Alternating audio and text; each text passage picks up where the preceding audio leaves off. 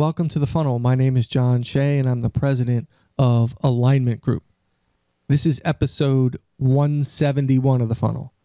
The 5 mistakes inbound agencies make when hiring sales reps. And I will tell you that this is a mistake that all entrepreneurial companies make, but in my travels recently and talking to inbound agencies, this is the kind of feedback that I want to give them on hiring sales reps. But you can apply this knowledge to just about any startup business. Our agenda: they hire familiar faces. Hire for the wrong position. They hire sales representatives the same way they hire support staff. They don't manage. No strategy. So let's talk about hiring familiar faces. This is kind of near and dear to my heart, and I've seen this quite a bit. There's a number of things that agencies go through, small businesses go through when they're hiring their first salesperson. They want to find the perfect fit. And oftentimes they feel like, hey, I've got someone in my office that does this kind of work, some other job, maybe responsible for account management, et cetera, and I'm going to promote them into a sales role. And I think that can be a huge mistake. And I want to touch on all 3 of these. Next is I have a really good friend that's looking for a job, so I'll make them a sales rep because they're nice and they could sell ice cream to Eskimos and they're friendly and outgoing. And isn't that what sales is all about? Well, not really, but that's part of it. And then finally, family members. Maybe Uncle Joe or Cousin Billy is looking for a job, and wouldn't they make a great sales rep? And your aunt is calling you, or your grandmother, your mother, and saying, hey, can you give this XYZ a person a chance? And you're hiring that familiar face. Your first sales job that you're hiring for is a very, very, very important role. It could make or break your company. It could drive you into the stratosphere, or it could frustrate you and break you. You could spend the next 3 years hiring salespeople every 6 months and not hitting the mark. So the last thing you want to do is put yourself in an awkward position. You have somebody perfectly capable in a role that they're in your company and they're happy. Or maybe they're looking for more. It doesn't really matter. You're not sure if they'll fit the sales role, but you think it's the easiest thing to do. I would run like heck from that. The same with friends and family. Why? You're in an awkward position. How hard is it to let a friend or a family member go if it's not working out? What if they don't want to do what you need them to do in that role? I'm not saying you shouldn't hire friends or family in your company. I'm guilty of it. I'm saying for your first sales role, you're building a company, you're getting ready to hire a sales rep, you put all this blood, sweat, and tears in driving revenue to getting into a position where you're ready to pull the trigger, and you do this, it's not a good move. This is a critical position within your company. You need to be darn well sure that somebody's going to be successful before you hire them. And it just creates all kinds of problems if you go down the road of family, friends, or promoting from within. Next, they hire for the wrong position. So I'm sure some folks are saying, what are you talking about? You're hiring a sales rep. They know they're hiring a sales rep. They're not hiring a designer or a web developer or an administrator of some sort. They're hiring a salesperson. What I mean by that is the wrong sales job. Now think about this for a second. If you've listened to the series I did on hiring, the 6 steps of the process of hiring sales reps, one of the first things you do is you sit down and you develop a role. You define exactly what it is you're looking for. So oftentimes people feel like, hey, this is my first salesperson. I need to strike it rich here. And I don't mean from a revenue perspective. I mean, I want the full package. And you have every right to expect that. But you have to know what it is that you need at the moment. So if you're providing the revenue for the company through your sales efforts and you're doing it part-time because you have other things to do, you're the entrepreneur, you started the company, you're running the business. If you're doing that, you need somebody to replace you in that role and then double the output. Why? Because you're probably doing it half the time, maybe even less. So it's a normal expectation to say, I need them to double that. But what do I need them to do? Where is my company positioned? Do I need them to primarily go outbound and drive business? Do I have a plethora of inbound leads that I can give to them to sell? What am I looking for? So am I going to go out and look for a sales leader, maybe somebody who's a former VP of sales or manager somewhere that has no interest in driving outbound business? They've gone past that, or maybe they're looking for a staff to support them. Hey man, this is an entrepreneurial effort. It's just you and me and the rest of the staff here. You don't have a full staff. A lot of times they go out and they make the mistake of saying, I need an industry leader, somebody who's in my industry. I see that a lot. And I used to see it in my former life. Companies would, in our industry, would look for industry experience. We took the opposite approach.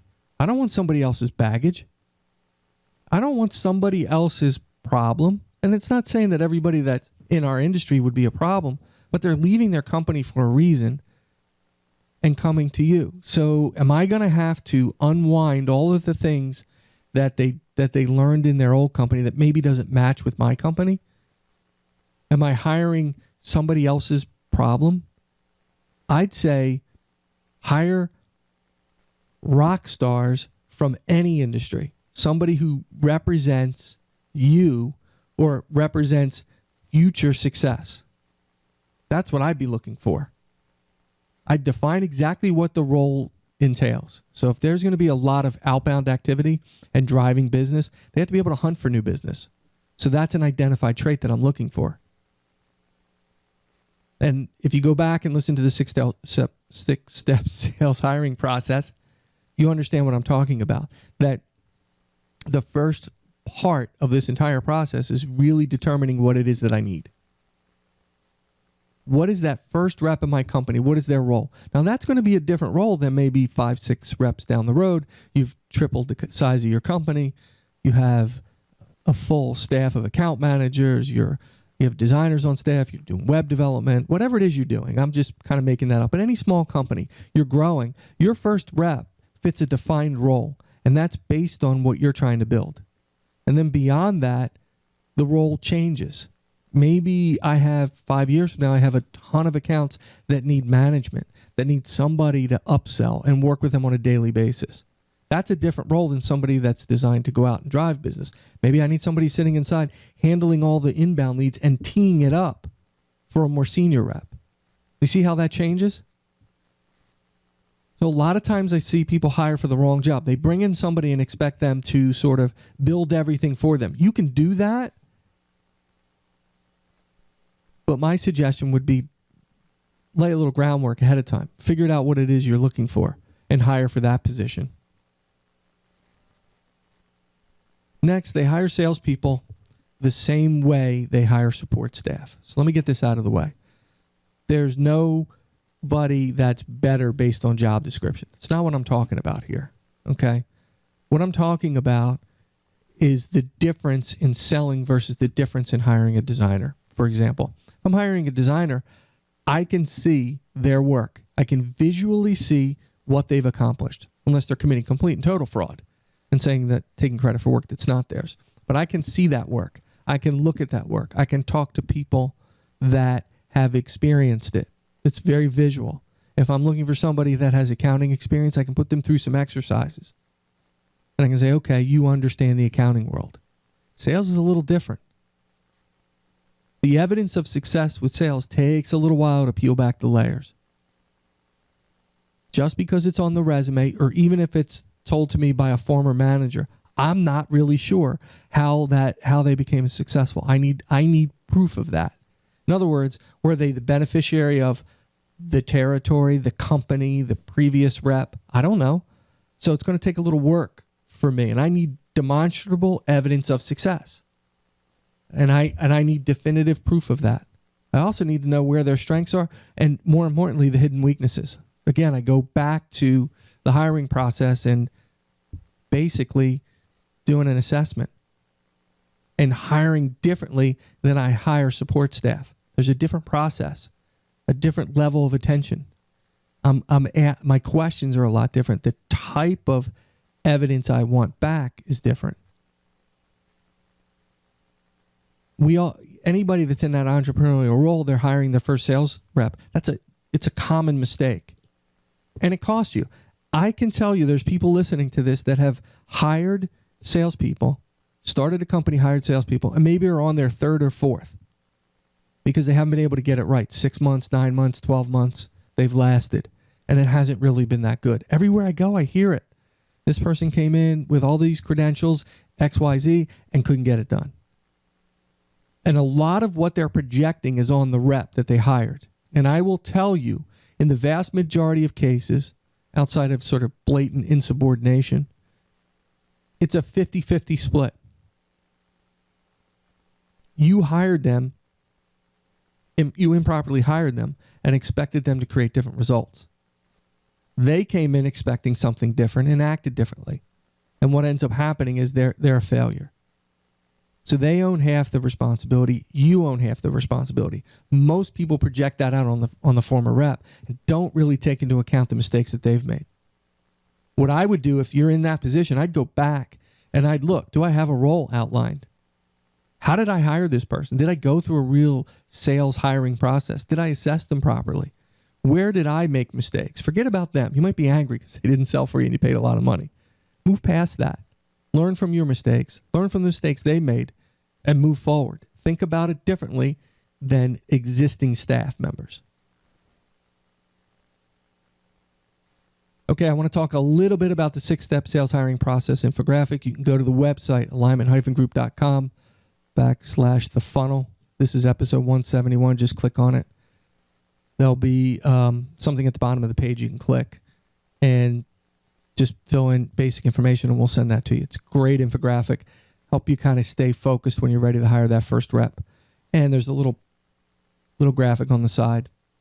Now, for all you marketers, they're called call to actions. I know that, but not everybody knows that. So just click on it, fill out your information. We'll send you the 6-step sales hiring process infographic. The other mistake they make is they don't manage. They hire people and they expect them to be fully formed, fully baked. They have no clue how to manage salespeople. They didn't set revenue or profit goals, or maybe they have sort of some idea what they should sell and they put it out there. They don't know what activity levels to expect because they really haven't managed that themselves, right? They've gone out as an entrepreneur, done the Vistage groups, the local Rotary clubs, whatever meetings or events or programs that they've gotten involved in, created their own inbound campaigns if they're marketing folks, right? And they haven't really thought about selling. You know, they're sort of drinking the selling Kool-Aid that a lot of these marketing firms put out, the big software providers, that sales has changed and it's more of an inbound world and blah, blah, blah, blah, blah. And it is all true. However, there are some things that need to take place for salespeople to be successful. One of them is management. They don't just come in fully formed. There's 1,000 different ways to slice that up. So if you don't do any of that, a sales rep's going to come in and they're just going to adapt to what they've done before, and it may not match what you need. So if you have no clue about managing, you need to get that straight first. What is your revenue and profit goals for them? Is it clearly defined? Do we have a good compensation plan that matches what the market rate is? Do I know what kind of activity levels I'm looking for inbound and outbound? What's that look like? What are they expected to use?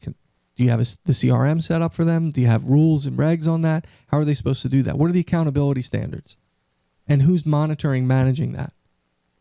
Who's going to do the coaching and training? How are you going to coach and train these folks? They need that. They're salespeople. I don't care how experienced they are. We all need that. If you're a marketer and you do nothing to improve yourself, then within a year, you're toast. Think about HubSpot, right? They have certification programs for marketers. Every year that's updated. Every year you have to update your certification. Same with salespeople. It's evolving and changing. How are you going to develop them into the type of person that's going to be successful for you and set you up for future sales reps?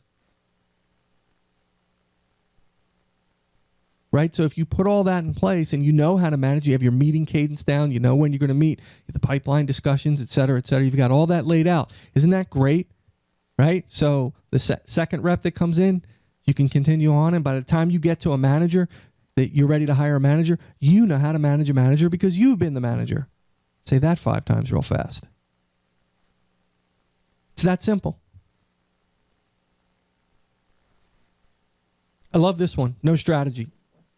We're all about our inbound strategy. We're all about developing the marketing strategy and building out what our website's going to look like, what the content, how we're going to drive people into the funnel. What's our go-to-market strategy? Do we know what that is? When that first person comes into the company,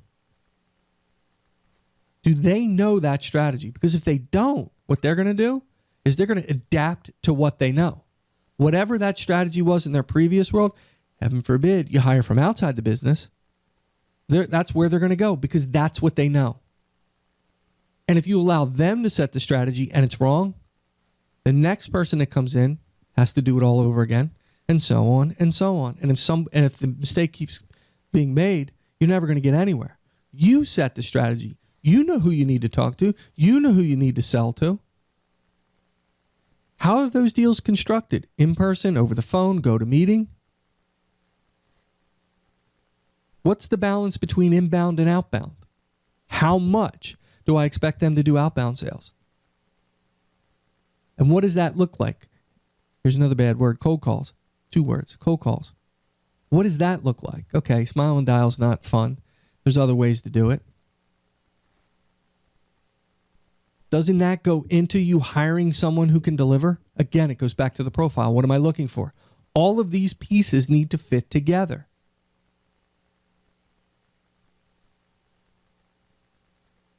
If they don't fit together, it's a problem.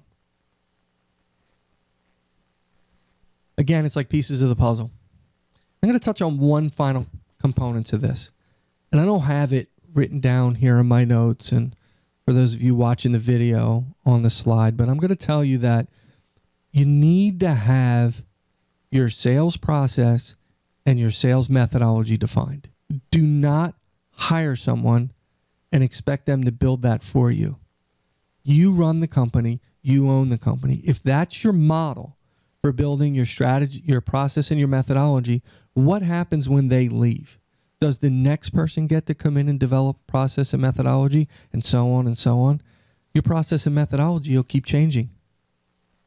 Yes, it does evolve. Process does evolve and methodology does. But what I'm talking about, how do your buyers buy? Set the process, build the process, milestone-centric sales process, along with your strategy, and bring someone in to deliver that.